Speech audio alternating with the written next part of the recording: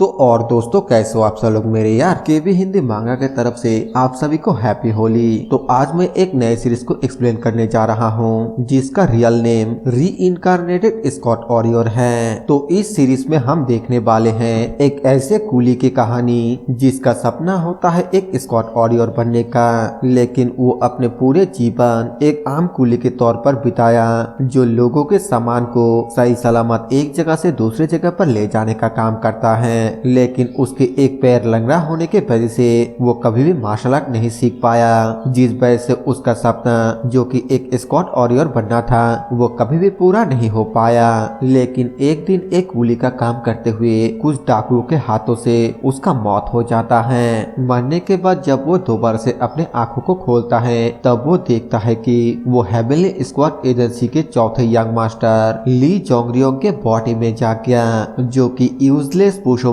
के नाम से जाना जाता है। भगवान ने उसे एक दूसरा मौका दिया है उसके सपने को पूरा करने के लिए, तो क्या वो इस जीवन में अपने सपने को पूरा कर पाएगा और उसे इस सफर में किन किन दिक्कतों का सामना करना पड़ेगा, यही सब देखने वाले हैं हम इस सीरीज में। ये सीरीज काफी ज्यादा इंटरेस्टिंग होने जा रहा है, लेकिन कॉपीराइट इशू के वजह से हम इसका नाम स्ट्रॉन्गेस्ट ऑरियर रख रहे हैं। तो बिना किसी देरी किए चलिए स्टार्ट करते हैं इस नए स्टोरी को। तो एपिसोड के शुरुआत में हमें एक बंदे को दिखाया जाता है जो कि पोर्टर यानी कि कूली होता है और वो अपने पीठ पर कुछ सामान ले जा रहा था। वो बहुत ही देर से चल रहा था और धूप भी बहुत ज्यादा था, जिस वजह से वो काफी ज्यादा थक गया था। वो हमें बताता है ये उस दिन की बात है जिस दिन मेरी मौत होने वाला था। मैं एक तरह से सामान को एक जगह से दूसरे जगह ले जाने वाला पोर्टर हूँ। मैं उस एजेंसी के लिए काम करता हूँ जिसे स्क्वाड एजेंसी के नाम से जाना जाता है, जो सामान को सही सलामत पहुंचाने के रिक्वेस्ट को एक्सेप्ट करता है। मैं स्क्वाड एजेंसी का स्क्वाड ऑरियर बनना चाहता था, लेकिन मैं थोड़ा लंगड़ा कर चलता था जिस वजह से सिर्फ कूली ही बन सकता था। लेकिन इसके बावजूद क्योंकि मैंने दूसरों के तुलना में सबसे ज्यादा हार्ड वर्क किया है, मैं चीफ कूली बनने में कामयाब रहा जो रेगुलर कूली के इंचार्ज है। लेकिन उस दिन मुझे एक अजीब सा एहसास होता रहा। मुझे आसपास देखकर ऐसा महसूस हो रहा था जैसे कि कुछ गड़बड़ था और मुझे अजीब सी बेचैनी महसूस हो रही थी। जिस पल हमने अनजान ऑरियर को देखा मेरे बेचैनी का कारण सामने आ गया। हमें दिखाया जाता है कि कुछ ऑरियर वो जिस ग्रुप का सामान लेकर जा रहा था अचानक से उनके सामने आ जाता है और उनके चेहरे को देखकर ऐसा लग रहा था जैसे कि उनका इरादा बिल्कुल भी सही नहीं है। वो आगे आते हुए बोलता है आखिरकार क्या हुआ। एक बंदा बोलता है भगवान जी आप आगे मत जाइए, हम इसका ख्याल रख लेंगे, आपके पैरों में दिक्कत है ना। उस ग्रुप का एक बंदा उन ऑरियर को देखकर अपने एक बंदे को बोलता है जिन पियो पैसे के थैली लो और मेरे पीछे आओ और बाकी के स्क्वाड ऑरियर अपने हथियारों को तैयार कर लो। हमें पता नहीं है कि ये कौन है, लेकिन हो सकता है कि ये गवर्नमेंट के ऑफिसर हो। अगर यहाँ पर कुछ होता है तो फिर सभी कुलियों को चीफ कुली से इंस्ट्रक्शन लेना होगा। एक बंदा बोलता है चीफ क्या हम ठीक रहेंगे। वो बोलता है ज्यादा चिंता मत करो, ऐसा कोई भी बैंडेट नहीं है जो Zhejiang province heavenly dragon squad agency के झंडे को देखने के बाद हम पर हमला करने की हिम्मत करेगा। हमारे इस काफिले को वेटरन चीफ स्क्वाड गाबुलियोंग गार्ड कर रहा है। गाबुलियोंग उन बंदे को बोलता है हम हेवनली ड्रैगन स्क्वाड एजेंसी के काफिले हैं, अगर आप हमें नहीं बताते हैं कि आप लोग कौन है। और तभी वो बंदा एक क्रीपी सा स्माइल देते हुए अपने शॉट को बाहर निकालता है और एक ही स्लैश में उन दोनों का ही गला काट देता है, जिसे देखकर चीफ कुली बहुत ही ज्यादा घबराते हुए बोलता है अरे बाप रे। और तभी वो लोग उनके ऊपर हमला कर देता है। वो लोग बोलता है उन सभी को मार डालो, एक को भी जिंदा रहने मत दो। चीफ कुली सभी को अपना हथियार निकालने के लिए बोलता है और उन सभी को रोकने के लिए बोलता है, लेकिन उन बैंडेट के सामने ये लोग कुछ भी नहीं कर पाता है। हमें एक बैंडेट को दिखाया जाता है जो कि धीरे धीरे करके एक बंदे के पास जाने लगता है और वो घबराते हुए बोलता है कि मेरे करीब बिल्कुल भी मत आना। लेकिन वो बैंडेट उसके करीब जाकर उसको मारने ही वाला था कि तभी कोई उसके गर्दन पर चाकू घुसा देता है। ये चीफ कुली होता है। वो उससे पूछता है क्या तुम ठीक हो, जल्दी से खड़े हो जाओ। लेकिन वो बंदा बहुत ही ज्यादा घबराया हुआ था। वो बोलता है चीफ वो लोग सभी को मार देगा, जब स्क्वाड ऑरियर भी फेल हो गया तो फिर हम उन्हें कैसे रोक पाएंगे। और आप अपने इस पैर के साथ भाग भी नहीं सकते।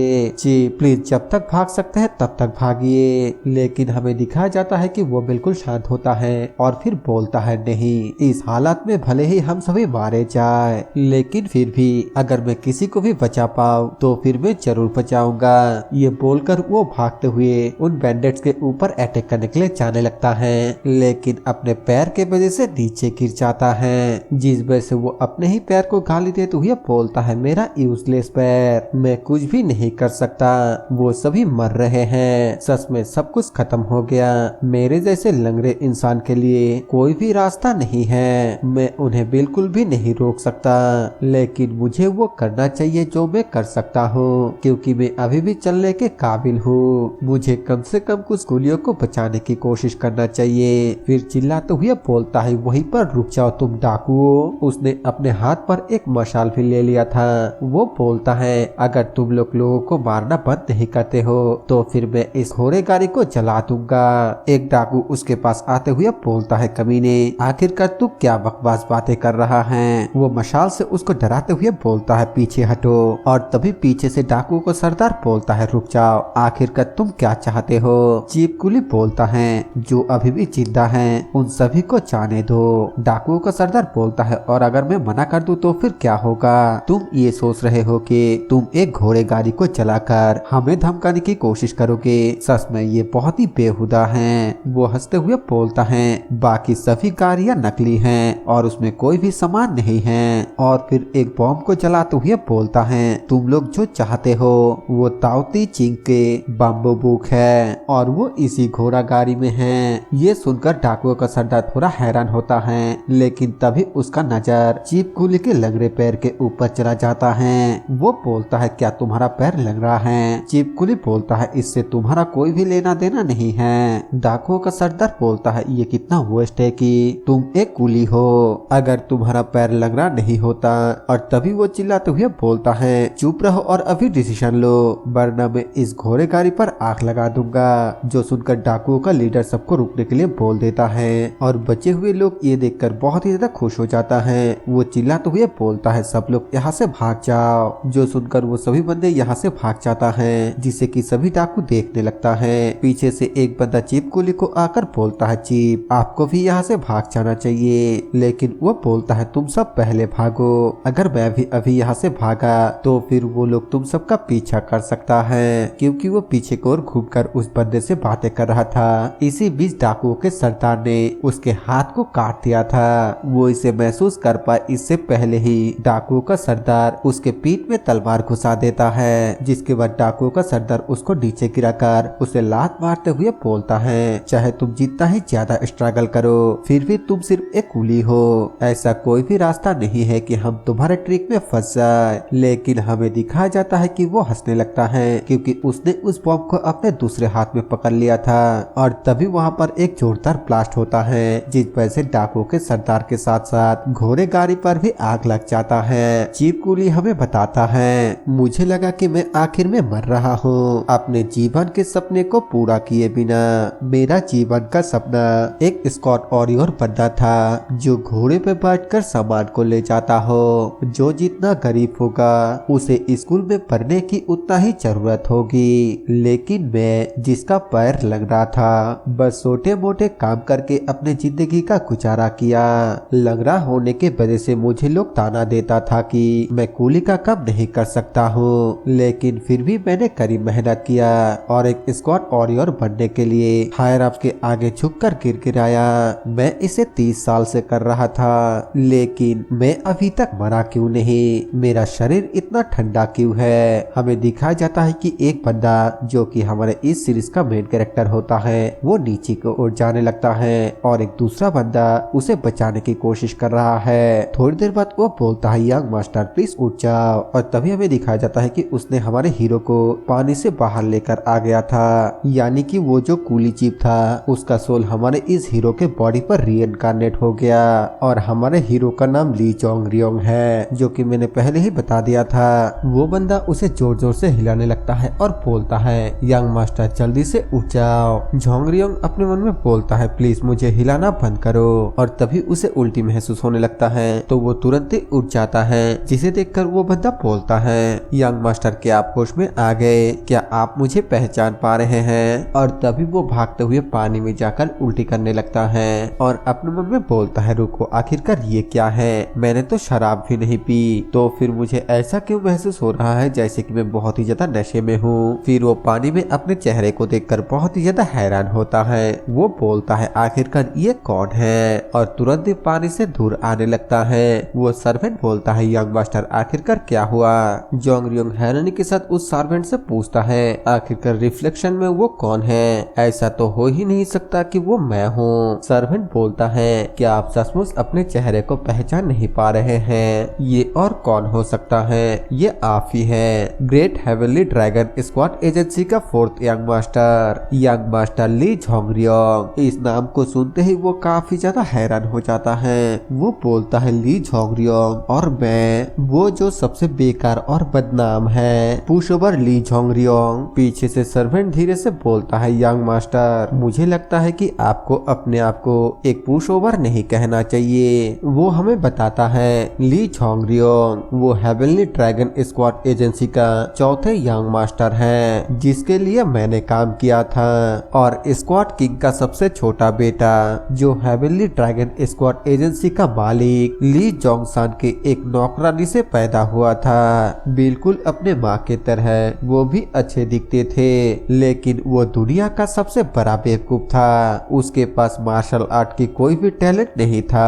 और पढ़ाई के लिए भी बहुत ही कम टैलेंट था। इससे भी बुरी बात तो ये थी कि उसको जन्म देने वाली माँ की मौत बहुत ही कम उम्र में ही हो गई थी, और इसीलिए उसके भाइयों के तरह उसके फैमिली में सीधा भरोसा करने लायक कोई भी नहीं था। उसे सक्सेशन वॉर से भी बाहर रखा गया था, यानी कि वारिस चुनने की लड़ाई के लिए भी बाहर रखा गया था, और परिवार से बाहर घूमते रहे, जबकि घर में उसके साथ निकम्मे जैसा व्यवहार किया जाता था। वो एक ऐसा पुशओवर था जिसे हॉन्गजो के ब्रोथल और गैम्बलिंग डेन में खुशी खुशी स्वागत किया जाता था, और उसने एक दिन लेक में छलांग लगा दिया और सुसाइड कर लिया। और ऐसा इसलिए था क्योंकि उसका तीसरा भाई उसके वन साइडेड प्यार के साथ शादी कर रहा था। ये सब कुछ लगभग 30 साल पहले हुआ था। ओरिजिनली ये तब की बात है जब मैं पहली बार हेवनली ड्रैगन स्क्वाड एजेंसी में शामिल हुआ था, लेकिन अब मेरा रीइंकार्नेशन ली जोंगरियोंग के बॉडी पर हो गया जिसका उस समय मौत हो गया था। और फिर वो अपने आप को देखते हुए बोलता है, आखिरकार मैं कितने साल का हो? पीछे से सर्वेंट बोलता है, मैं कुछ समझा नहीं, आप अचानक मुझसे फॉर्मली क्यों बात कर रहे हैं? ये थोड़ा डरावना है। मैं जंगसंग हूँ, आपका सर्वेंट। वो फिर से पूछता है, आखिरकार मैं कितने साल का हूँ? सर्वेंट बताता है, आपका उम्र इस साल 22 है। आप इसलिए सुसाइड करना चाहते थे क्योंकि आपको एक लड़की ने रिजेक्ट कर दिया है। वो बहुत ही ज्यादा हैरानी के साथ अपने मन में बोलता है, मैं बहुत ही ज्यादा सरप्राइज हूँ। मैं 30 साल पीछे आ गया हूँ और ली जोंगरियोंग के रूप में रीइंकार्नेट हुआ हूँ, वो भी उस वक्त जब वो झील में कूदकर सुसाइड करने जा रहा था। सर्वेंट उसे पकड़कर पीछे की ओर खींचते हुए बोलता है, यंग मास्टर इस वक्त ये करने का समय बिल्कुल भी नहीं है। आपको जल्द से जल्द स्क्वाड किंग के पास वापस जाना होगा। स्क्वाड किंग ने हमें आदेश दिया है कि जैसे ही आप होश में आ जाए मैं आपको उनके पास लेकर जाओ। ये सुनकर वो काफी हैरान होता है, जिसके बाद यहाँ से सीन चेंज होकर हमें स्क्वाड किंग के रेसिडेंट का सीन दिखाया जाता है, जहाँ पर कि जोंगरियोंग स्क्वाड किंग के आगे घुटने टेका हुआ था। वो स्क्वाड किंग को देखते हुए अपने मन में बोलता है, स्क्वाड किंग ली जोंगसान एक इंस्टेंट प्रेशर जो उसके निक नाम के वर्दी है, स्क्वाड वॉरियर का किंग। स्क्वाड किंग उससे पूछता है, इस साल तुम्हारा उम्र कितना है? वो तुरंत ही बताता है कि मैं 52 ईयर का हूँ, जो कि उसके पिछले लाइफ के एज होता है। ये सुनकर स्क्वाड किंग हैरान होते हुए बोलता है, क्या? फिर वो तुरंत ही बताता है, मेरा मतलब मैं 22 ईयर का हूँ। स्क्वाड किंग उससे पूछता है, क्या जो ये रूमर फैला हुआ है वो सच है? जोंगरियोंग बोलता है, माफ करना मैं समझा नहीं। स्क्वाड किंग गुस्से से उसके ऊपर चिल्लाते हुए बोलता है, मैं पूछ रहा हूँ कि क्या ये सच है कि तुमने सुसाइड करने की कोशिश की उस औरत की वजह से जिससे तुम्हारा तीसरा भाई शादी करने वाला है? वो अपने मन में सोचते हुए बोलता है, आखिरकार मुझे क्या करना चाहिए? मैं क्या जवाब दूं? इससे कोई फर्क नहीं पड़ता है कि ये क्या है, लेकिन जवाब देने से पहले मुझे ध्यान से सोचना होगा। फिर वो स्क्वाड स्कॉट किंग को बोलता है ये एक झूठी अफवाह है, मैं बहुत ही ज्यादा नशे में था इसीलिए मेरे पैर फिसल गया और मैं झील में गिर गया। स्कॉट किंग पूछता है तो क्या ये इसलिए नहीं है क्योंकि तुम उस औरत को बहुत ही पसंद करते हो? वो अपने मन में सोचते हुए बोलता है मैं इस बारे में झूठ नहीं बोल सकता, किसी को धोखा देने के लिए तुम्हें 90% सच के साथ 10% झूठ भी बोलना चाहिए। फिर वो स्कॉट किंग को बोलता है हाँ मैं उसे पसंद करता था लेकिन वो तब की बात था जब मैं छोटा था, लेकिन अब उसके लिए मेरे दिल में कुछ भी नहीं है जब मैं छोटा था। स्कॉट किंग बोलता है तो क्या अगर तुम्हारा तीसरा भाई शादी के बातचीत करते हुए आगे बढ़ता है तो भी तुम्हें कोई भी फर्क नहीं पड़ेगा?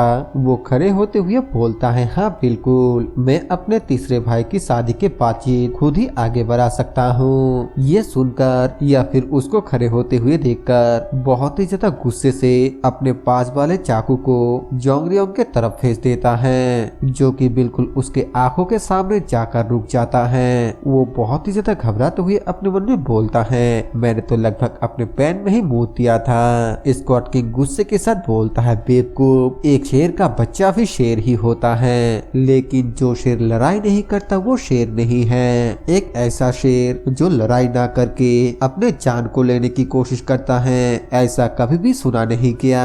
ये एक ऐसा घिनौना काम है जो कुत्ते और सुअर भी नहीं करता है। तुम सिर्फ 22 साल के हो, हालांकि हम ये नहीं जानते हैं कि तुम कितने सालों तक जिंदा रह पाओगे। तुम मेरे और स्कॉट एजेंसी का अपमान कर रहे हो। अगर तुम इसी तरह कोई भी प्रॉब्लम आने पर सुसाइड करने की कोशिश करते हो तो फिर हमें अच्छा लगेगा अगर तुम इसके बजाय अभी इस खंजर से अपना जान ले लेते हो। तो फिर मैं तुम्हारे पिता होने के नाते तुम्हारे लिए एक भव्य अंतिम संस्कार करूंगा।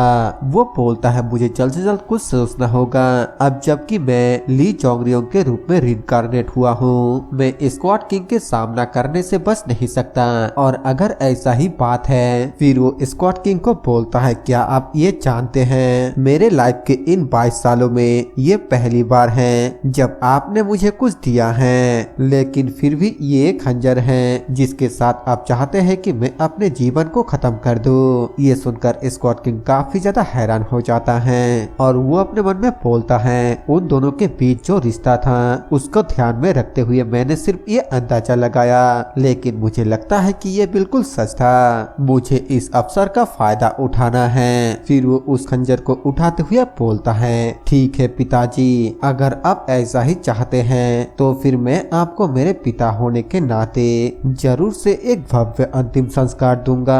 जब मैं इसे अच्छे कामों के लिए इस्तेमाल करूंगा तब मैं जरूर से आपके बारे में सोचूंगा। ये सब सुनकर स्कॉट किंग काफी ज्यादा हैरान हो जाता है और अपने मन में सोचते हुए बोलता है क्या वो लड़का जो हमेशा से ही एक कायर था अभी मेरे आगे डटकर सामना करने का हिम्मत कर रहा है। इसके बाद जोंगरियोंग यहाँ से जाने लगता है और स्कॉट किंग बोलता है उसने मुझे सिर्फ चैलेंज किया है ना।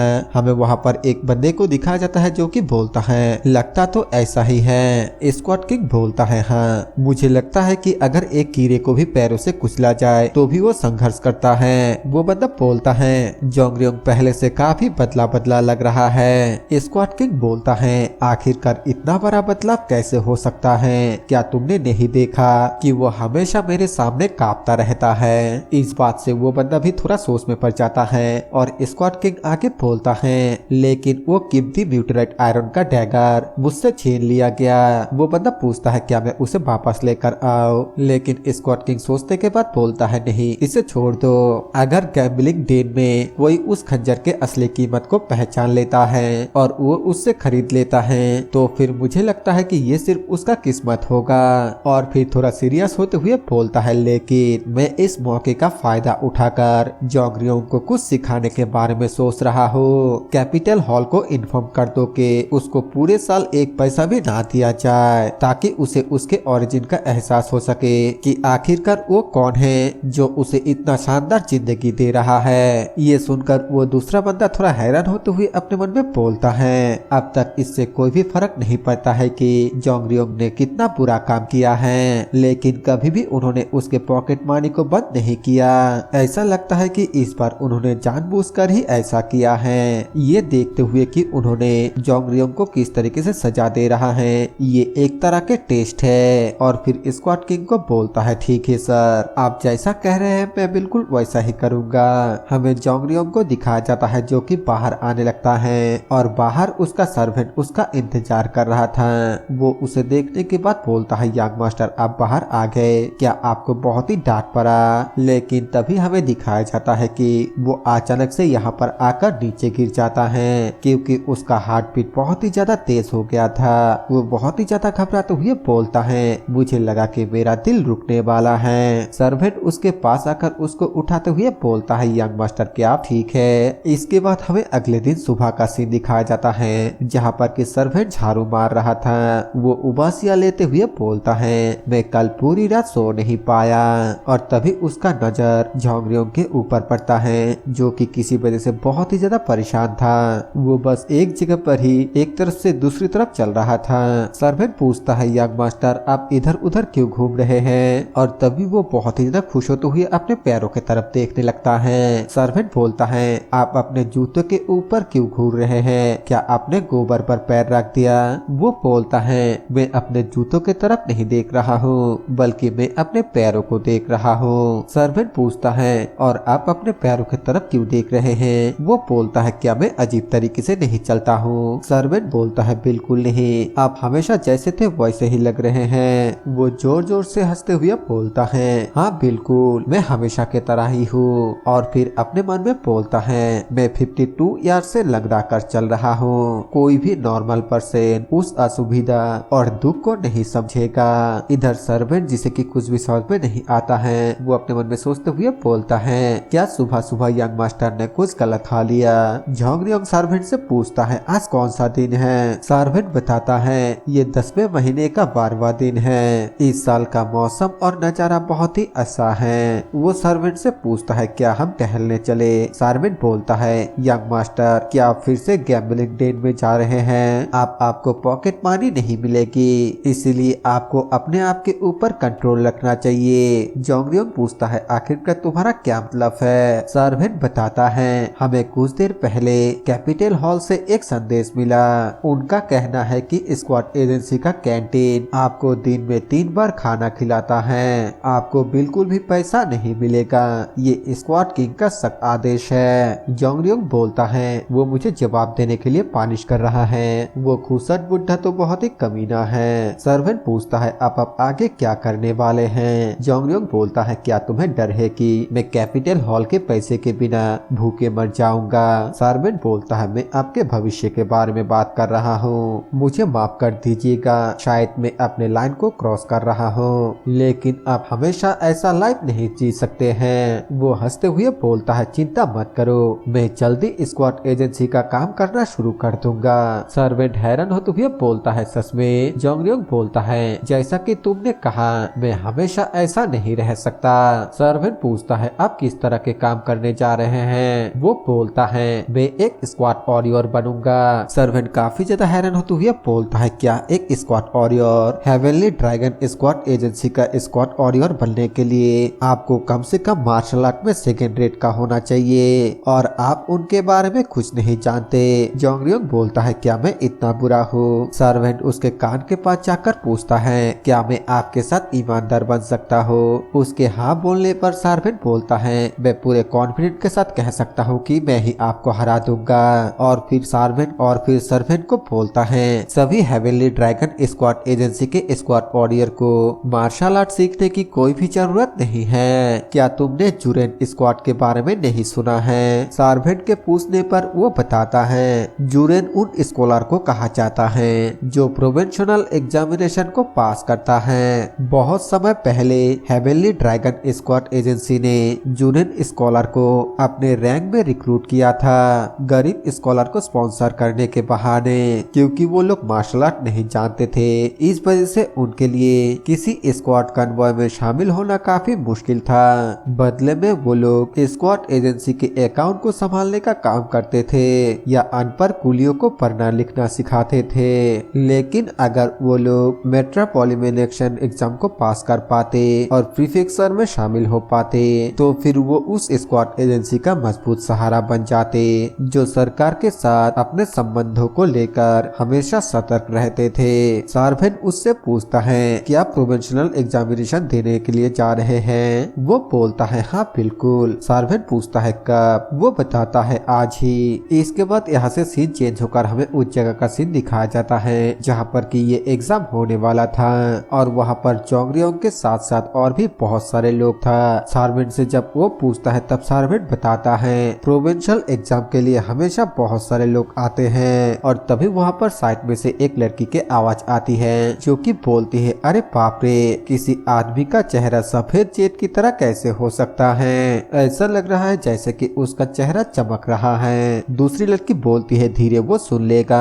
वो दोनों लड़के ये सब कुछ जोंगरियोंग को देखकर बोल रही थी। जोंगरियोंग सर्वेंट से पूछता है वो औरतें मेरे तरफ क्यों देख रहे हैं? सर्वेंट बोलता है आप इस बारे में मुझसे क्यों पूछ रहे हैं? ऐसा नहीं है कि आपने पहली बार ऐसा कुछ एक्सपीरियंस किया है। जोंगरियोंग हंसते हुए अपने मन में बोलता है तो हैंडसम पैदा होने से ऐसा महसूस होता है। सर्वेंट फिर से पूछता है यंग मास्टर क्या आप सच में प्रोविंशियल एग्जाम को देने जा रहे हैं? वो बोलता है हाँ बिल्कुल। और अपने मन में बोलता है मेरे लंगड़ा होने के बावजूद मैंने कूली का काम किया और ऐसा इसलिए था क्योंकि मैं पढ़ना लिखना जानता था। सबसे पहले मैं लंगड़ा होने के वजह से स्क्वाड कॉन्वॉय में शामिल नहीं हो पाया, लेकिन मुझे अपने खाली समय का इस्तेमाल ऑफिशियल्स का किताबें कॉपी करने के लिए अकाउंटिंग जिंगलिंग की सिफारिश मिली। वो चीज जो मैंने सबसे ज्यादा कॉपी की वो इन रॉयल एग्जामिनेशन के टॉप स्कॉलर के आंसर कॉपी है और इसी वजह से मुझे अभी भी उन सभी स्कॉलरों के आंसर याद है। उसे इस तरीके से देखकर सर्वेंट अपने मन में सोचते हुए बोलता है वो इतना ज्यादा कॉन्फिडेंट क्यों है? और तभी वहाँ पर एक गेट ओपन होता है और एक बंदा बाहर आते हुए बोलता है जो लोग यहाँ पर प्रोविंशियल एग्जाम देने के लिए आया है वो प्लीज अंदर एंटर करे। जोंगरियोंग सर्वेंट से एक चीज लेता है जिसका नाम वो कंटेनर बताता है। वो सर्वेंट को बोलता है मैं इस एग्जाम को जल्दी खत्म कर दूंगा, इसलिए तुम यहीं पर मेरा इंतजार करो। हमें उस बंदे को दिखाया जाता है जो कि वहाँ के गार्डों को बोलता है मुझे लगता है कि हर कोई अंदर चला गया है तो चलो गेट को बंद कर दो। वो दोनों गार्ड गेट को बंद कर नहीं पाला था कि तभी पीछे से कोई चिल्लाकर आते हुए बोलता है प्लीज 1 मिनट के लिए रुक जाइए, मुझे भी ये एग्जाम देना है। इसके बाद हमें अंदर का सीन दिखाया जाता है जहाँ पर कि एक खुले मैदान में बहुत सारे लोग एग्जाम दे रहा होता है। वहाँ पर जोंगरियोंग भी होता है जो कि एग्जाम देते हुए अपने मन में बोलता है मैं टॉप स्कॉलर के क्वेश्चन को कॉपी नहीं कर सकता क्योंकि मैं एग्जाम के टॉपिक को पहले से ही जानता हूँ, इसलिए ये बिल्कुल भी फेयर नहीं है। लेकिन इसके बजाय मैं अपना थोड़ा आइडिया डाल दूंगा। और तभी उसका नजर उसके बगल वाले सीट पे जाता है जहाँ पर कि कोई बोलता है आखिरकार आप मुझे क्या करना चाहिए? मैंने गलती से लिखने वाले ब्रश के जगह स्टील टेप पेन को लेकर चला आया। ये सुनकर जोंगरियोंग बोलता है स्टील टेप पेन क्या ये वो चीज नहीं है जो ब्रश जैसा दिखाई देता है, लेकिन मार्शल आर्टिस्ट इसका इस्तेमाल एक्यूपॉइंट पर चुबाने के लिए करता है। ऐसा लगता है कि तुम गलती से गलत टूल लेकर चले आए, एक काम करो तुम मेरा ब्रश ले लो। ये सुनकर वो पहले तो थोड़ा हिचकिचाने लगती है और फिर उसे शुक्रिया कहते हुए ले लेता है। जोंगरियोंग बोलता है शुक्रिया की कोई भी जरूरत नहीं है, बदले में तुम बाद में मुझे एक बाउल नूडल खिला देना। ये सुनकर वो थोड़ा शर्माने लगता है और जोंगरियोंग उसे देखकर अपने मन में बोलता है अगर उसके नाक में वो तिल ना होता तो फिर वो एक बहुत ही खूबसूरत लड़का होता। इसके बाद वो एग्जाम हॉल से बाहर आ जाता है और आकर उसके सर्वेंट को बुलाने लगता है। उसका सर्वेंट हैरान होते हुए बोलता है क्या यंग मास्टर आपने ऑलरेडी एग्जाम खत्म कर दिया है? जोंगरियोंग बोलता है क्या तुम्हें लगता है कि कोई इंसान उस जगह पर लंबे समय तक इंतजार करते हुए उन सवालों का जवाब ढूंढ सकता है जो उसे पता ही नहीं है? सर्वेंट बोलता है हाँ मुझे लगता है कि आप बिल्कुल सही बोल रहे हैं, तो फिर ठीक है चलिए चलते हैं। लेकिन तभी जोंगरियोंग बोलता है जरा 1 मिनट इंतजार करो। सर्वेंट पूछता है आखिरकार क्या हुआ यंग मास्टर? वो कुछ भी ना बताकर गेट की तरफ स्माइल करते हुए देखने लगता है और थोड़ी देर बाद हमें दिखाया जाता है कि उस लड़के के साथ साथ और भी बहुत सारे लोग बाहर आने लगता है और जोंगरियोंग उसी के लिए इंतजार कर रहा था। जोंगरियोंग उसको बोलता है क्या तुमने अपना टेस्ट अच्छे से दिया? वो जोंगरियोंग के आगे दोबारा से झुककर शुक्रिया कहता है और फिर उसका ब्रश उसे वापस लौटा देता है। जिसके बाद थोड़ी देर के लिए तीनों के बीच खामोशी वापिस आ जाता है, लेकिन फिर वो लड़का गुड बाय कहकर जाने लगता है। जो सुनकर झोंगरियोंग उससे पूछता है क्या तुम बिजी हो। उसके पूछने पर झोंगरियोंग बताता है क्योंकि ये किस्मत है कि हम दोनों इस तरीके से मिले, क्या हमें पास के रेस्टोरेंट में कुछ गर्म नूडल्स खाने जाना चाहिए। वो बोलता है मुझे माफ करना, मुझे किसी से मिलने जाना है, अगर हम दोबारा मिले तो फिर हम जरूर से एक साथ खाने के लिए जाएंगे। ये बोलने के बाद वो दोबारा से जाने लगता है और झोंगरियोंग उसे जाते हुए देखकर बोलता है मैं फ्री में नूडल्स खाने के बारे में सोच रहा था, वो तो बहुत ही ज्यादा कंजूस है और मुझे यहाँ पर लगता है कि ये कोई लड़का नहीं बल्कि लड़की है। आप लोगों को क्या लगता है कमेंट करके जरूर बताना। वैसे भी हमें आगे चलकर पता तो चल ही जाएगा। आगे सर्वेंट झोंगरियोंग से पूछता है यंग मास्टर क्या आप उसे जानते हैं। झोंगरियोंग बोलता है नहीं, मैं आज उससे पहली बार मिला। वो इतना ज्यादा पागल था कि एग्जाम के लिए ब्रश के जगह स्टील टेप पेन लेकर आया। जो सुनकर सर्वेंट बोलता है एक स्टील टेप पेन, मुझे लगता है कि वो एक स्कॉलर है जो मार्शल आर्ट की प्रैक्टिस करता है। झोंगरियोंग बोलता है अगर वो गलती से ब्रश के जगह पर स्टील टेप पेन को लेकर आता है तो फिर इसका मतलब ये है कि वो अब उन चीजों का ज्यादा इस्तेमाल नहीं करता है। ऐसा इंसान मार्शल आर्ट और पढ़ाई में आखिरकार कितना ही अच्छा रहेगा। सर्वेंट बोलता है मैं भी ऐसे किसी इंसान को जानता हूँ। जो सुनकर झोंगरियोंग बोलता है क्या तुम मुझे कह रही हो। सर्वेंट हैरान होते हुए बोलता है आपको कैसे पता चला। झोंगरियोंग गुस्से से सर्वेंट के गर्दन को पकड़कर बोलता है ऐसा लगता है कि मैं आजकल तुम्हारे ऊपर बहुत ही आसान हो गया हूँ। सर्वेंट बोलता है यंग मास्टर छोड़िए, मुझे दर्द हो रहा है। और फिर अपने पास से एक कॉइन को निकालकर बोलता है जरा इस पर एक नजर डालिए। भले ही आपके पॉकेट मनी बंद कर दिया गया है लेकिन मैं आपको मेरे 1 साल के सैलरी को शेयर करूंगा क्योंकि मौसम ठंडा है, तो फिर क्यों ना हम दोनों चलकर एक बाउल गर्मा गर्म नूडल्स खाए। झोंगरियोंग बोलता है तुम जरूर से अपने लाइफ में बहुत बड़ा कुछ करोगे, चलो चलते हैं। और फिर उससे पूछता है डम्पलिंग के बारे में क्या। सर्वेंट थम्स अप दिखाते हुए बोलता है हाँ बिल्कुल, हम वो भी खा सकते हैं। इसके बाद हमें एक रेस्टोरेंट का सीन दिखाया जाता है जहाँ पर कि वो दोनों आने के बाद खाने की खुशबू का मजा लेने लगता है और खाने का तारीफ करने लगता है। एक वेटर आकर उसको वेलकम करता है और वो वेटर को बोलता है क्या ये फर्स्ट फ्लोर भरा हुआ है। वेटर बोलता है हाँ क्योंकि ये प्रोविंशियल एग्जाम है। झोंगरियोंग बोलता है तो फिर मुझे सेकंड फ्लोर पर ले चलो। वेटर बोलता है सेकंड फ्लोर भी भरा हुआ है। जो सुनकर वो थोड़ा हैरान होता है और इधर वेटर थोड़ा हिचकिचाने लगता है। फिर वो धीरे से उसके कान के पास आकर बोलता है दरअसल यंग मास्टर झोंगरियोंग ने पूरे 3rd फ्लोर को अपने और अपने दोस्तों के लिए रिजर्व कर लिया है। इसके वजह से हमें और हमारे कस्टमरों को 1st फ्लोर और 2nd फ्लोर को इस्तेमाल करना पड़ रहा है। झोंगरियोंग पूछता है क्या जो योंग भी वहीं पर है। वेटर बोलता है हाँ। ये सुनकर वो बाहर की तरफ जाते हुए अपने सर्वेंट को बोलता है जोंगसियोंग चलो कहीं और चलकर खाना खाते हैं। वो भी ठीक है बोलकर जाने ही वाला था कि तभी अचानक से उसके सामने एक बंदा आ जाता है। झोंगरियोंग उससे पूछता है आखिरकार तुम कौन हो। वो बंदा बोलता है 3rd यंग मास्टर ने तुम्हें 3rd फ्लोर पर ले जाने के लिए कहा है। ये 3rd यंग मास्टर का चीफ बॉडीगार्ड है जिसे आयरन टावर के नाम से जाना जाता है। उसे देखकर झोंगरियोंग अपने मन में बोलता है धत्तरी की ये बहुत ही मुसीबत भरा होने वाला है। इसके बाद हमें 3rd फ्लोर का सीन दिखाया जाता है जहाँ पर कि बॉडीगार्ड उन दोनों को लेकर आता है और वहाँ पर पहुँचते ही झोंगरियोंग का पहला नजर एक लड़की के ऊपर पड़ता है जो कि बहुत ही ज्यादा खूबसूरत थी। वो अपने मन में बोलता है होंगजू के 3 ग्रेट ब्यूटी में से एक जिसने ली झोंगरियोंग को सुसाइड करने में मजबूर किया वही जरूर से जू योंग है। वो लड़की भी झोंगरियोंग को अपने सामने देखकर बहुत ही हैरान होती है और तभी 3rd यंग मास्टर बोलता है इस रास्कल को देखो, क्या तुम अपने एल्डर ब्रदर को ग्रीट नहीं करोगे। जो सुनकर उसके सभी दोस्त झोंगरियोंग की तरफ देखने लगता है और तभी झोंगरियोंग ग्रीट करते हुए बोलता है मैं आपको हेलो कहने ही जा रहा था क्योंकि मैंने सुना आप यहाँ पर अपने दोस्तों के साथ थे। 3rd यंग मास्टर बोलता है क्या तुम यकीन से कह सकते हो कि तुम यहाँ से भागते समय आयरन टावर के हाथों पकड़े नहीं गए। वो बोलता है नहीं नहीं ऐसा बिल्कुल भी नहीं है और आयरन टावर भी उसे घूर कर देखने लगता है। झोंगरियोंग अपने मन में सोचते हुए बोलता है ऐसे बदसूरत मेंढक के लिए ये तो पक्का है कि वो ऐसे काम में बहुत ही तेज है। और तभी पास में से एक लड़की झोंगरियोंग को बोलती है हेलो ओराबोनी। ओराबोनी का मतलब ओप्पा या फिर बिग ब्रदर है। वो लड़की आगे बोलती है आपसे मिले हुए काफी लंबा वक्त हो चुकी है। लेकिन झोंगरियोंग तो बस हैरानी से उसे देख रहा था क्योंकि उसे पता ही नहीं है कि ये लड़की कौन है। और तभी थर्ड यंग मास्टर बोलता है, तुम वहाँ पर बिल्कुल चुपचाप क्यों खड़े हो? क्या तुम इसे वापस हाय नहीं कहोगे? ऐसा नहीं है कि तुम लोग वैसे हो।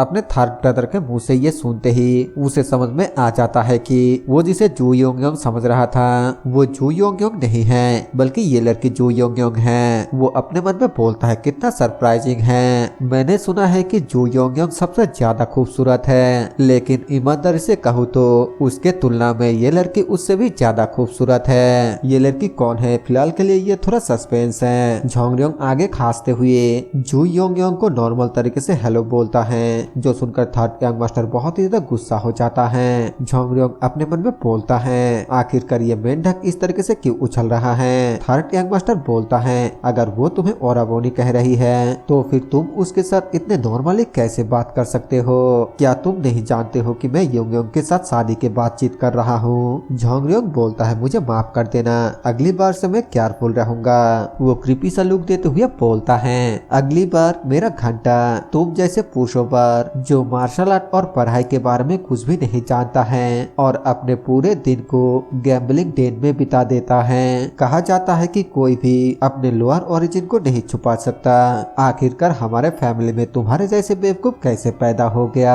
ये सुनकर वो अपने मन में बोलता है, क्या ये बात उसे इतनी जोर से कहने की जरूरत है? और फिर सामने की तरफ देखते हुए बोलता है, लगता है कि मुझे समझ में आ गया है कि वो ऐसा क्यों कर रहा है। ये शायद से जो योंग के वजह से है, क्योंकि वो अपने छोटे भाई की तरह हैंडसम और लंबा नहीं है। वो शायद से अपने मेंढक जैसे देखने के वजह से बहुत ही ज्यादा बुरा महसूस करता है और इसी वजह से वो यहाँ पर मुझे ह्यूमिलेट करने की कोशिश कर रहा है। इस घर के भाई तो सच में बहुत ही दयनीय हैं। किसी भी हालत में अगर मैं यहाँ से जल्द निकल जाऊँ तो फिर बेहतर होगा। इसके बाद वो उन सभी को गुड बाय कहकर जाने ही वाला था कि तभी एक लड़की बोलती है, यंग मास्टर जोंगरियो प्लीज यहाँ पर आओ और जाने से पहले कुछ खा लो। जोंगरियो उस लड़की को देखते हुए अपने मन में बोलता है, क्या वो जिन ग्योंग है? उसके सामने के दो औरत की वजह से मैंने उसे नहीं देखा।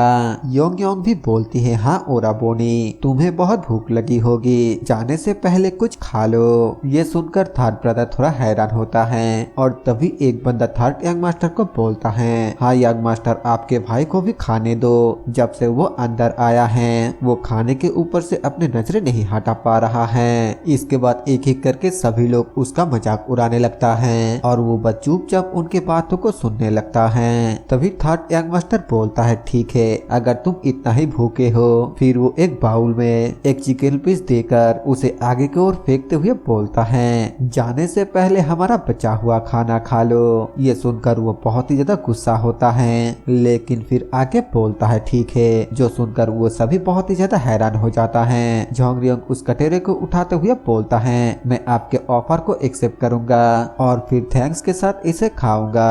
पीछे से सर्वेंट रोकने की कोशिश करता है तो वो सर्वेंट को भी बैठकर खाना खाने के लिए बोलता है और फिर खुद आसपास देखते हुए बोलता है, आखिरकार मैं कहाँ बैठूं?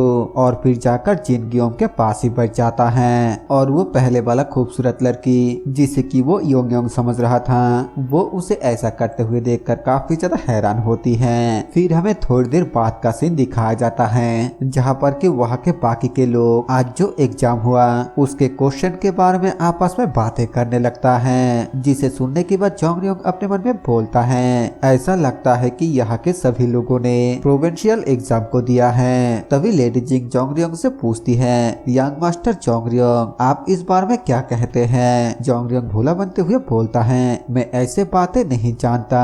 जो सुनकर लेडी जिन हंसते हुए बोलती है, तुम कितने हम्बल हो। तभी थर्ड यंग मास्टर उसको बोलता है, तुम सिर्फ अपने थॉट को क्यों नहीं बताते हो? क्योंकि तुम जब छोटे थे तब तुमने काफी ज्यादा पढ़ाई किया था, मुझे लगता है कि तुम अभी भी कुछ जानते हो। पास में से एक बंदा बोलता है, हाँ, क्योंकि तुम स्क्वाड एजेंसी में पले बड़े हो, इसीलिए हमें लगता है कि तुम्हें डाकुओं के बारे में बहुत कुछ पता है। उनके बातों को सुनकर झोंगरियोंग अपने मन में बोलता है, ऐसा लगता है कि ये बेवकूफ लोग मुझे इन लेडीज के सामने ह्यूमिलेट करना चाहता है। खैर अगर वो लोग यही चाहता है तो फिर ठीक है। जिसके बाद वो उन लोगों को बोलता है, तब मैं हॉनेस्टली बात करूंगा।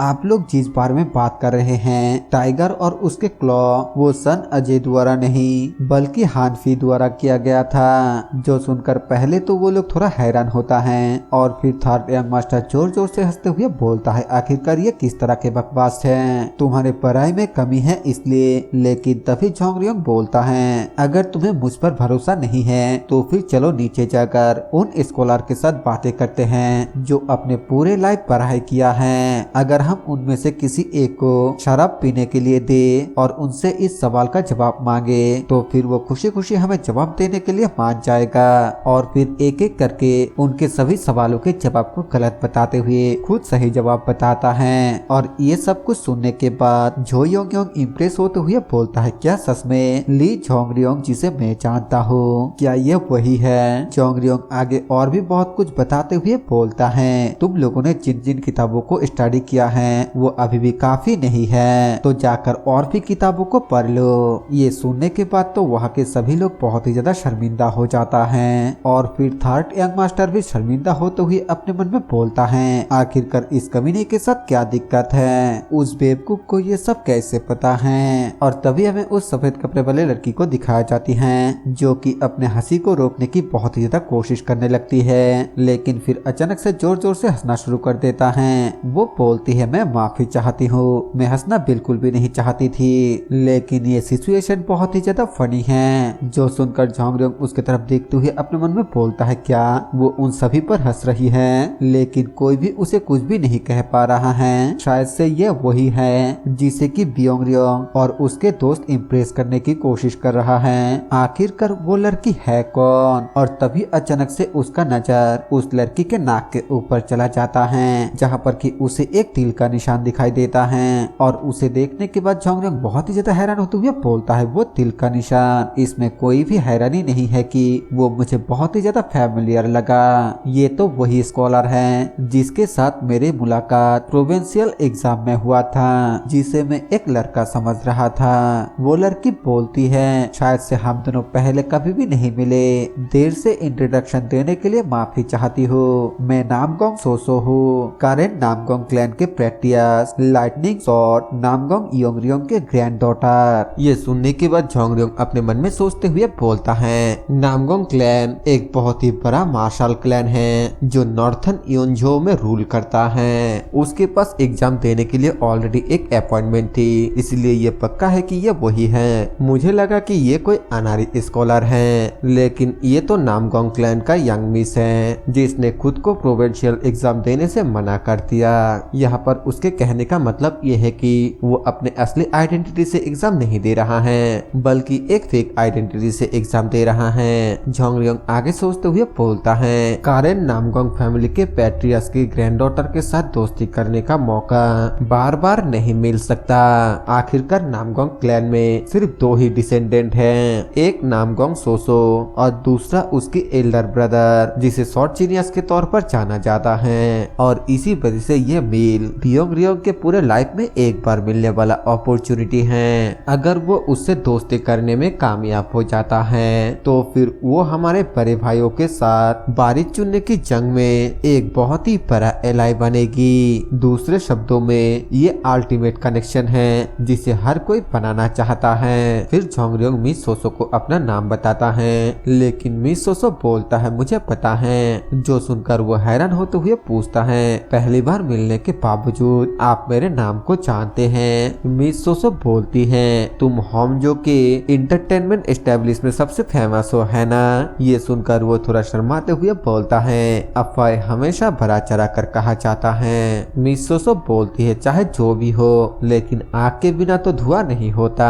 झोंगरियोंग बोलता है, यहाँ तक कि एक छोटे से आग भी बहुत सारे धुएं का कारण बन सकता है। मिस सोसो बोलती है, लेकिन आग चाहे पूरे पहाड़ को ही जला क्यों ना दे, लेकिन आखिर में वो एक समय पर दोबारा से छोटा हो जाता है। ये सुनकर वो काफी ज्यादा हैरान होते हुए अपने मन में बोलता है, सच में वो कोई साधारण लड़की नहीं है। और तभी सोसो बोलती है, लेकिन आपने अभी भी हमें नहीं बताया है कि आप क्या सोचते हैं। दूसरों के बारे में बातचीत करना तो आसान होता है, लेकिन अपने थॉट को लॉजिकली प्रूव करना बहुत ही मुश्किल है, खासकर ऐसे सवालों के लिए जिसका कोई सही आंसर नहीं है। ये सुनकर थर्ड यंग मास्टर मणिमन बहुत ही ज्यादा खुश होते हुए बोलता है, बहुत बढ़िया, इसी तरह करते रहो। मिस सोसो आगे बोलती है, तो प्लीज हमें बताइए कि आप क्या सोचते हैं। झोंगरियोंग बोलता है मैं आम लोगों को ऐसे ही रहने देना पसंद करूंगा।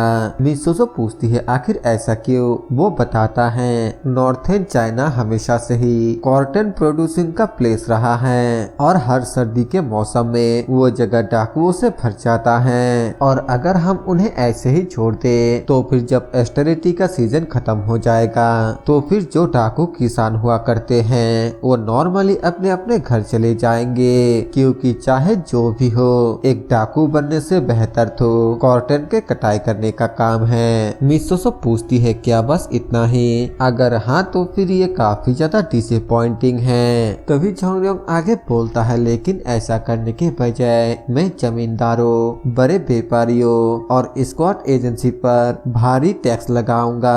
मिस सोसो पूछती है आप अचानक इस तरह की बातें क्यों कर रहे हैं, क्या ये वही लोग नहीं हैं जिनको डाकुओं की वजह से सबसे ज्यादा नुकसान उठाना पड़ा है। झोंगरियोंग बोलता है क्योंकि जमींदार, किसान और मजदूर लोगों को बहुत ही सस्ते दामों पर काम पर रखता है। जब फसल खराब हो जाता है तो फिर मजदूर भूखे मरते हैं और फिर आखिर में कोई रास्ता ना होने पर डाकू बन जाता है। ये पहला वजह है। और वो कॉटन जो किसान उगाते हैं लेकिन उन्हें उनका सही कीमत नहीं मिलता, लेकिन फिर उसे दूसरे व्यापारियों को बहुत ही ज्यादा कीमत पर बेच दिया जाता है। ये दूसरा कारण है। और जैसे जैसे डाकू दूर दूर तक घूमते हैं वैसे ही स्क्वाट एजेंसी को ज्यादा काम मिलता है और इससे स्क्वाट एजेंसी का बहुत ही मुनाफा होता है। ये मेरा तीसरा कारण है। अगर हम कंपेयर करें कि उनमें से कौन कितना कमाता है और कौन कितना भुगतान करता है तो फिर हम साफ साफ देख पाएंगे कि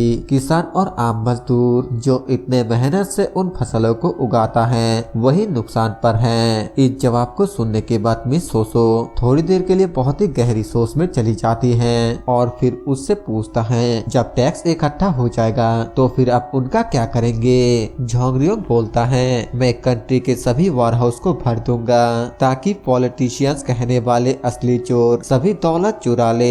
मिस सोसो बोलती है लेकिन ऐसा करने से साधारण किसान और मजदूरों को कोई भी फायदा नहीं होगा बल्कि सिर्फ और सिर्फ उन पॉलिटिशियंस का ही पेट भरेगा। तो फिर आखिरकार आप ऐसा क्यों करेंगे। झोंगरियोंग बोलता है क्योंकि ऐसा करने से कम एक या दो भ्रष्टाचार लोग या फिर ग्रेट ऑफिशियल कम से कम कुछ हिस्सा तो आम लोगों को बांट ही देंगे। ऐसे में बचा हुआ आखिरी हिस्सा आम लोगों को मिल ही जाएगा। मिस सोसो बोलती है दुनिया में इतने अनइफेक्टिव चीज कैसे एग्जिस्ट कर सकता है। झोंगरियोंग बोलता है यही तो पॉलिटिक्स है। ये सुनकर वो और भी ज्यादा हैरान हो जाती है। योंगयोंग भी उसे हैरान से देखते हुए अपने मन में बोलती है क्या वो हमेशा इतना ही ज्यादा शातिर था। उसके जवाब को सुनकर मिस सोसो बहुत ही सेटिस्फाई हो चुकी है और वो उसको बोलती है ये एक ऐसा जवाब है जो एग्जामिनर को जरूर से पसंद आएगा। ये सचमुच एक इम्प्रेसिव डिस्कशन रही है। अगर दोबारा मौका मिले तो फिर मैं आपके साथ और भी बहुत सारे बातें करना चाहूंगी। जो सुनकर झोंगरियोंग ग्रीट करते हुए बोलता है ये मेरी खुशकिस्मती होगी। लेडी जीन भी खुश होते हुए उसको तारीफ करने लगती है, लेकिन इधर थर्ड यंग मास्टर तो पूरी तरीके से जलकर खाक हो चुका है। वो बहुत ही ज्यादा गुस्से से अपने मन में बोलता है मैं योंगयोंग के सामने उसे ह्यूमिलेट करने जा रहा था, लेकिन मैं तो ये बिल्कुल भी यकीन नहीं कर सकता कि ये वही है जिसने मुझे एम्बैरेस किया।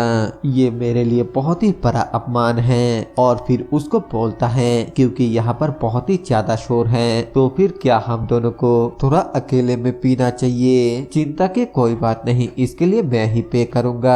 और फिर वहाँ के बाकी लोगों को बोलता है प्लीज सब लोग थोड़ा नीचे जाए और इंतजार करे। उन सब के वहाँ से जाने के बाद थर्ड यंग मास्टर झोंगरियोंग को बोलता है हे, क्या आज तुमने कुछ गलत खा लिया। झोंगरियोंग बोलता है लेकिन मैंने आज जो खाया वो सिर्फ तुम लोगों का बचा हुआ खाना था।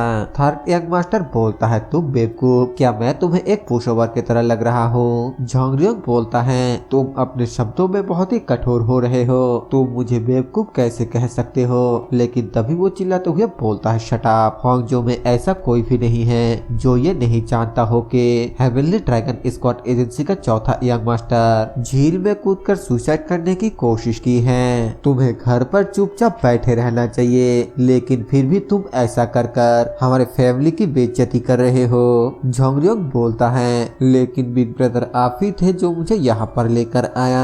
ये सुनकर वो बहुत ही ज्यादा गुस्से से बोलता है, बिग ब्रदर तुम्हारे जैसे एक नौकरानी के बेटे को मुझे बड़ा भाई कहने की हिम्मत कैसे की। ये सुनकर झोंगरियोंग को बहुत ही ज्यादा गुस्सा आता है, लेकिन वो अपने आप को शांत करते हुए बोलता है मैं उसके बेइज्जती और मेरे प्रति नफरत को सहन कर सकता हूँ, लेकिन मैं उसे मेरे माँ जैसे किसी की बेइज्जती करने नहीं दे सकता। थर्ड यंग मास्टर उठकर एक मुक्का बनाते हुए बोलता है तुम मुझे घूर रहे हो, अपने दांतों को कसकर पीस लो। ये सुनकर झोंगरियोंग गुस्से से बोलता है क्या अब तुम मुझे पीटोगे। वो हंसते हुए बोलता है क्या तुम डर गए। झोंगरियोंग बोलता है कुछ ऐसा है जो हांगझो के सभी लोग जानते हैं लेकिन तुम नहीं जानते हो, और ये है कि तुम एक कॉन्कुबाइन के बेटा हो। ये सुनकर वो गुस्से के साथ उसके तरफ मुक्का मारने के लिए जाते हुए बोलता है मैं तुम्हें मार डालूंगा कमीने। झोंगरियोंग उसके मुक्के को देखते हुए बोलता है हेवनली ड्रैगन स्क्वाड एजेंसी का secret martial art explosive dragon fish, अगर मैं उसके चपेट में आ गया तो फिर मैं गारंटी मारा जाऊंगा। लेकिन फिर वो अचानक से थोड़ा हैरान होता है क्योंकि थर्ड यंग मास्टर का फिश वो बहुत ही आसानी से अपनी तरफ आते हुए देख पा रहा था, यानी कि उसके हिसाब से वो बहुत ही स्लो था, जिसकी वजह से वो आसानी से थर्ड यंग मास्टर के फिश को टॉस कर लेता है। थर्ड यंग मास्टर बार बार उसे मारने की कोशिश करने लगता है, लेकिन वो हर एक मूव को आसानी से देखते हुए टॉस करने लगता है। थर्ड यंग मास्टर बोलता है इस बार बच के दिखाओ कमीने। वो अपने मन में बोलता है अगर तुम्हारा फिश इतना ही ज्यादा स्लो है तो फिर मैं इससे बच क्यों नहीं सकता। मुझे पता नहीं है कि तुम धीमा हो या फिर मैं फास्ट हो गया हूँ, लेकिन अगर ये ठीक रहा तो फिर मैं तुम्हारे ऊपर आसानी से अटैक कर सकता हूँ, चाहे जो भी हो मैं ऐसा ही करूँगा। ये बोलकर वो अपने हाथों से उसके मुंह पर एक जोरदार थप्पड़ मार देता है, जिसकी वजह से थर्ड यंग मास्टर एक जोरदार चीख मारता है। वो बोलता है अरे बाप रे क्या मैंने उसे बहुत जोर से मार दिया, और फिर उसको बोलता है मुझे माफ कर देना भाई, क्या तुम ठीक हो। लेकिन इससे वो और भी ज्यादा गुस्सा हो जाता है और गुस्से के साथ बोलता है तुम कमीने, आज मैं तुम्हें जान से मार डालूंगा। ये बोलकर वो ग्रैपलिंग टेक्निक का इस्तेमाल करते हुए झोंगरियोंग के ऊपर पागलों की तरह अटैक करने लगता है, जिसे अपनी तरफ आते हुए देखकर वो अपने मन में बोलता है ये तो इस बार भी बहुत ही स्लो है, लेकिन अटैक बहुत ही ज्यादा है, क्या मुझे इस बार इसे अपने ऊपर लेना चाहिए। और फिर आगे सोचते हुए बोलता है ठीक है यहाँ हिट लेना बेहतर है ताकि वो आगे कंट्रोल से बाहर ना हो जाए। तभी थर्ड यंग मास्टर उसके कॉलर को पकड़ लेता है और तभी उसका नजर अपने पास एक प्लेट के ऊपर कुछ बीन्स के ऊपर पड़ता है, जिसके बाद वो उन्हें उठाकर मार्बल की तरह इस्तेमाल करते हुए जमीन पर छिड़क देता है, जिसके वजह से थर्ड यंग मास्टर का पैर फिसल जाता है और वो अनबैलेंस होकर बहुत ही जोर से जमीन पर गिरता है, जिसका आवाज बाहर उन बाकी सभी के कानों पर भी चला जाता है। मिस सोसो बोलती है ऊपर से चिल्लाने की आवाज आए। लेडी जिन बोलती है हाँ मैंने भी सुना।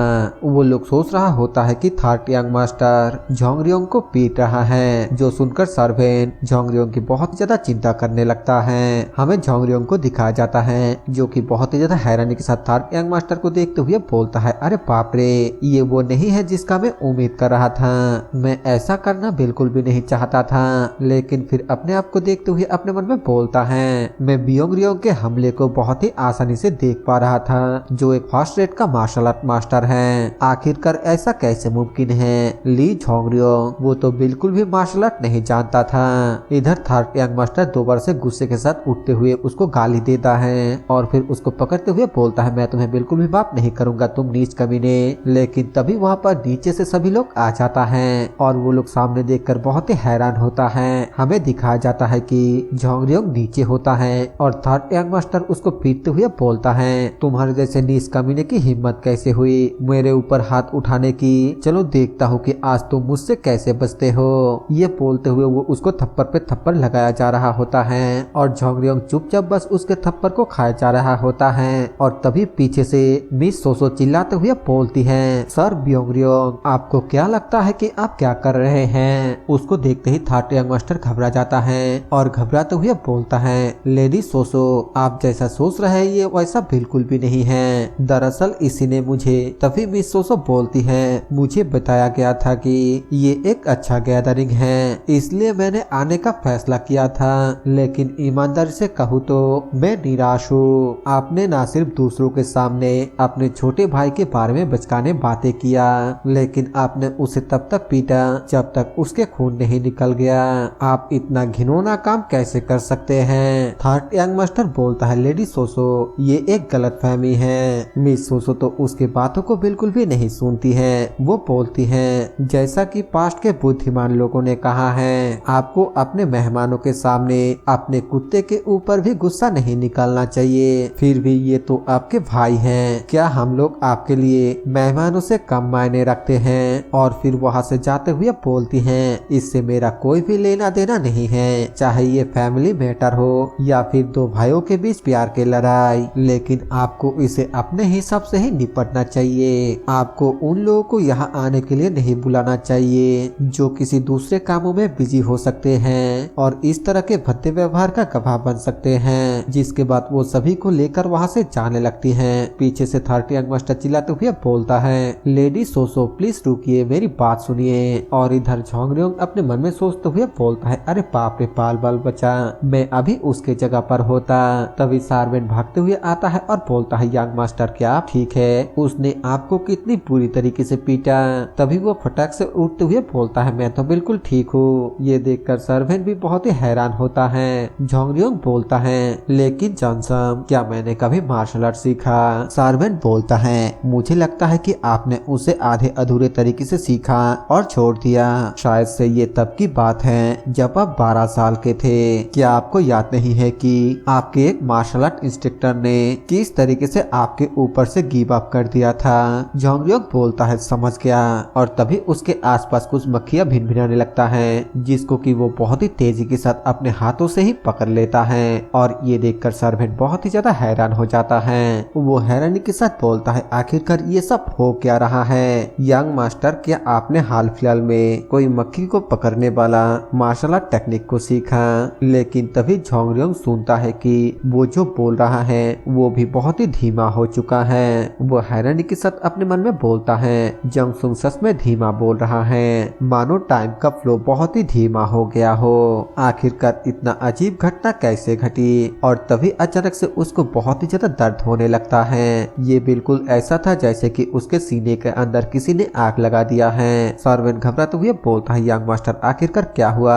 क्या आपका तबीयत ठीक है? वो अपने मन में बोलता है, ये सब क्या हो रहा है? मेरा सीना ये इतना गर्म है कि ऐसा मानो जैसे कि ये एक्सप्लोड हो जाएगा।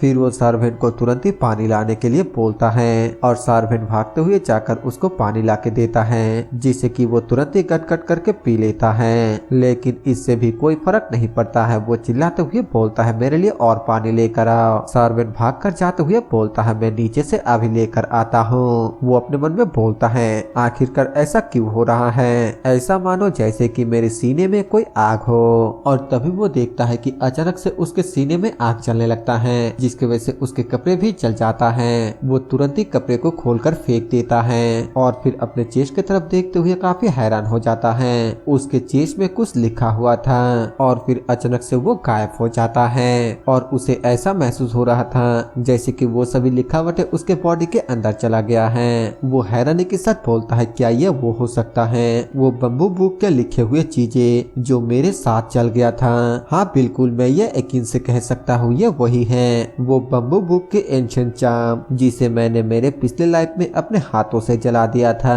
अब मेरे कर्मों के अंजाम के तौर पर मेरे बॉडी में इम्प्रिंट हो गया है। क्या इसी के पावर मेरे आसपास के समय को धीमा कर रहा है? आखिरकार ये चार्म क्या चीज है? और तभी सार्वेन वहाँ पर पानी लेकर पहुँच जाता है, लेकिन फिर वो उसके जले हुए कपड़े को देखकर हैरानी के साथ बोलता है, अरे बाप रे, आखिरकार वहाँ पर क्या हुआ? यंग मास्टर, आपने इन कपड़ों को कैसे जला दिया? झोंगरियोंग बहुत ही ज्यादा खुश होते हुए बोलता है, जोंगसम, ऐसा लगता है कि किस्मत मेरे साथ है। लोग कहते हैं कि अच्छे आंखें होने का मतलब है कि आधी लड़ाई को जीत लेना, लेकिन अब तो मेरे पास बहुत ही अच्छा आंखें हैं। ये बोलकर वो जोर जोर से हंसने लगता है, लेकिन सार्वेन को कुछ भी समझ में नहीं आ रहा होता है और वो अपने मन में बोलता है, क्या यंग मास्टर के सर पर चोट लगा? और फिर उसको बोलता है, यंग मास्टर, वैसे आपको याद है कि कल 5वां दिन है ना? वो पूछता है तो सार्वेन बताता है, हर महीने के 15 तारीख को स्क्वाड किंग के रेसिडेंट पर सभी यंग मास्टर के लिए डिनर का इंतजाम किया जाता है ना? और फर्स्ट यंग मास्टर कल अपने स्क्वाड मिशन से वापस आ गया।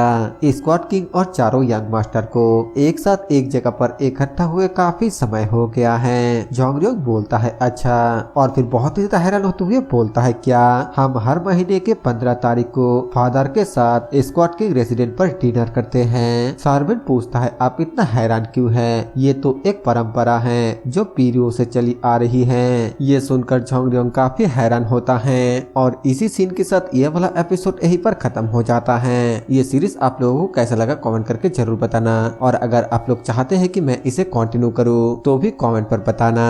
बाकी मैं मिलता हूँ आप लोगों से एक और नए वीडियो के साथ, तब तक के लिए बाय बाय।